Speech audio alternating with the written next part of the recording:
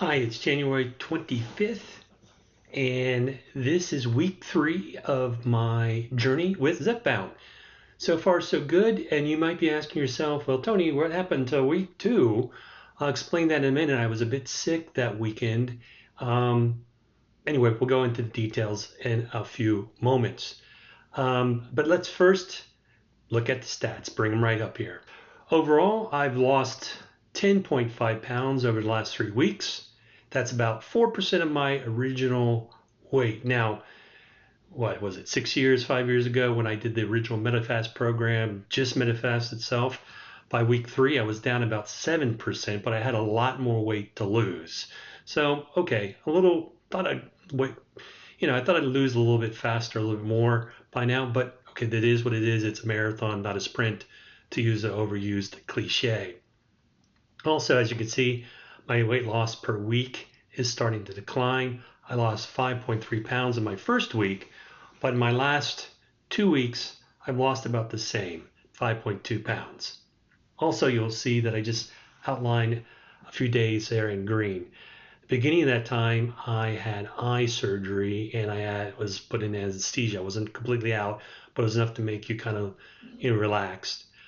That afternoon, during the surgery, I was okay, but that afternoon, wow, was I really nauseous. The nausea just kept coming in all afternoon. It took me till around 6 o'clock at night till I finally got the nausea, well, till the nausea went away.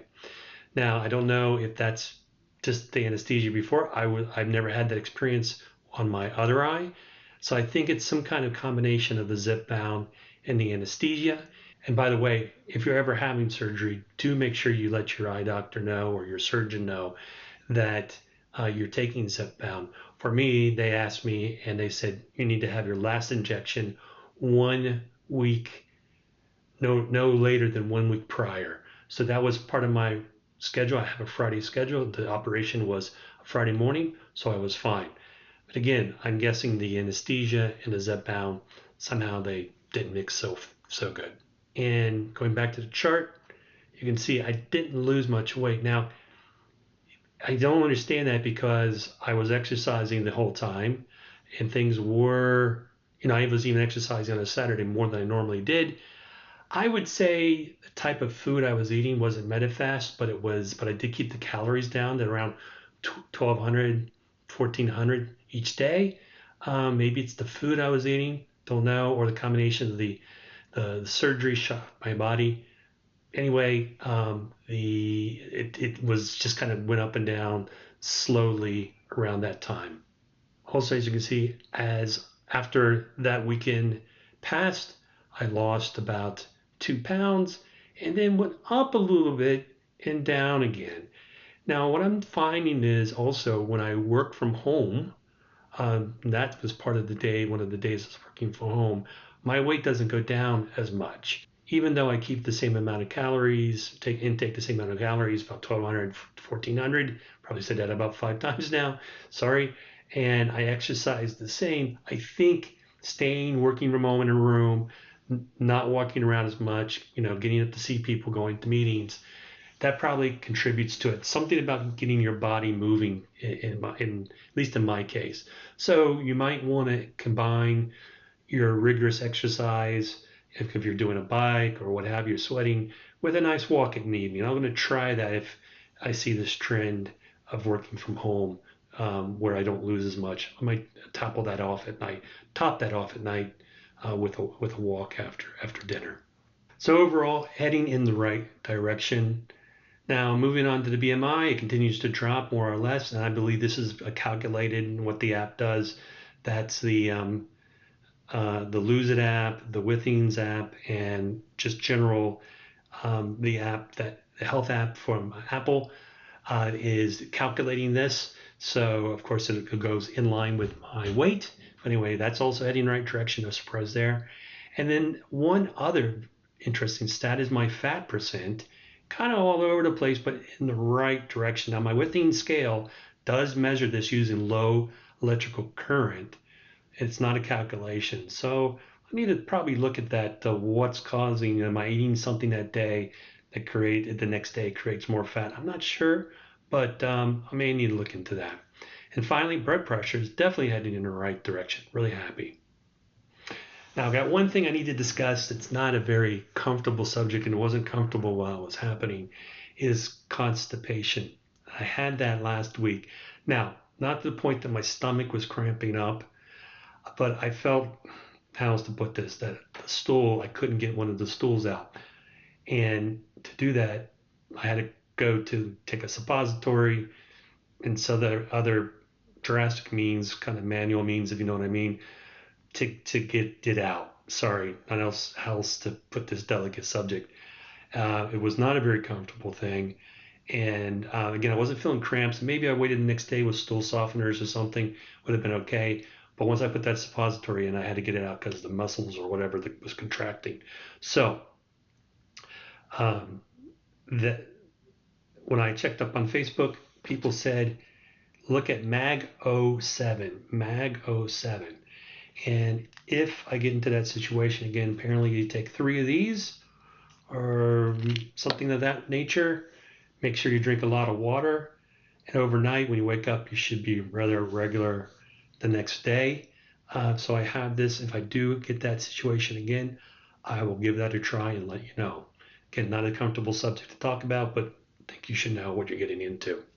So overall, doing great, except for last week and the week before, day 6 and 7 after my injection, starting to feel hungry those days, especially in the afternoon. Didn't have that happen before, so I did contact my doctor. I'm on 2.5 milligram injection. She said most likely time to up to 5 milligrams. She prescribed that for me, so I'll start that next week. I'll let you know how it goes. Hopefully that doesn't cause more issues than the benefits I get. But let's see. So a couple pointers of things that I thought about before I started this program. For example, carbonated beverages like Coke Zero. I like to drink Coke Zero quite a bit during the day. I drink water, but I also like to drink, I like to taste. And before I got on Zepbound, I checked around. Some people couldn't take carbonated beverages, said it made them feel too full. I have no problem. I can drink Coke Zero. It seems like till the cows come home, and I'm okay. So Coke Zero for me, carbonated beverages, I guess. I haven't tried anything else. Seem to be fine. The other one, alcohol. Now I told you I would be giving that up, but you know I thought I'd have a drink during the week, just a nightcap before I went to bed, and I thought I'd try out. You'll see. I'll put it in the picture here.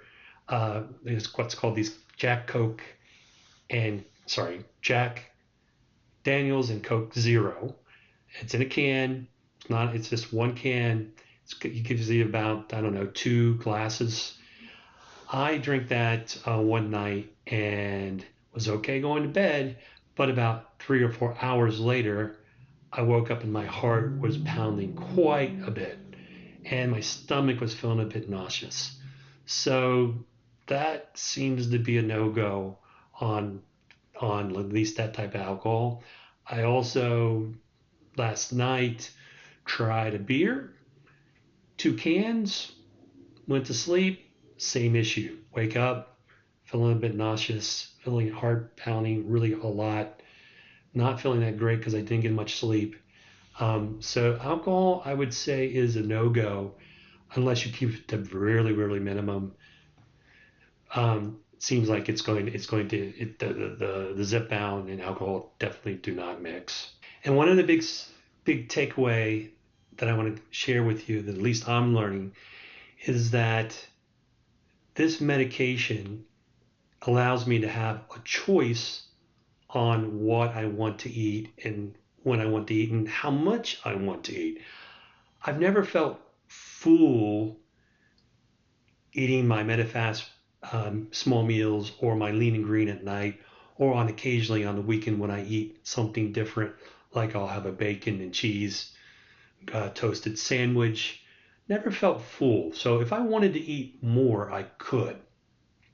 But Zepbound, I don't feel hungry like I have to eat more. I don't feel like I have to eat quickly, like I'm starving, like I was on Medifast. The overall feeling I have is, again, I have a choice on this, which is great. Do I choose not to eat? I guess I could some days. Again, day 6 and 7 is a little precarious at the moment, but other times I eat because it's on my schedule. I have it scheduled in my app so I don't pass out from malnutrition, as well as I do like to have the taste of food. So that's nice, and it gives me a nice feeling of the satisfaction of eating something delicious to eat for my lean and green, or on the weekends when I do a few special things, such as that bacon and cheese sandwich that I just mentioned. The one thing I want to let you know, though, is if you think this is a medication where you're just going to take the injection, eat what you want, just continue to do what you do, that's not going to work. I've seen on Facebook, somebody posted it several times. I've been taking not Medifast, but Zepbound for a whole month. I've lost no weight, but I haven't changed my diet.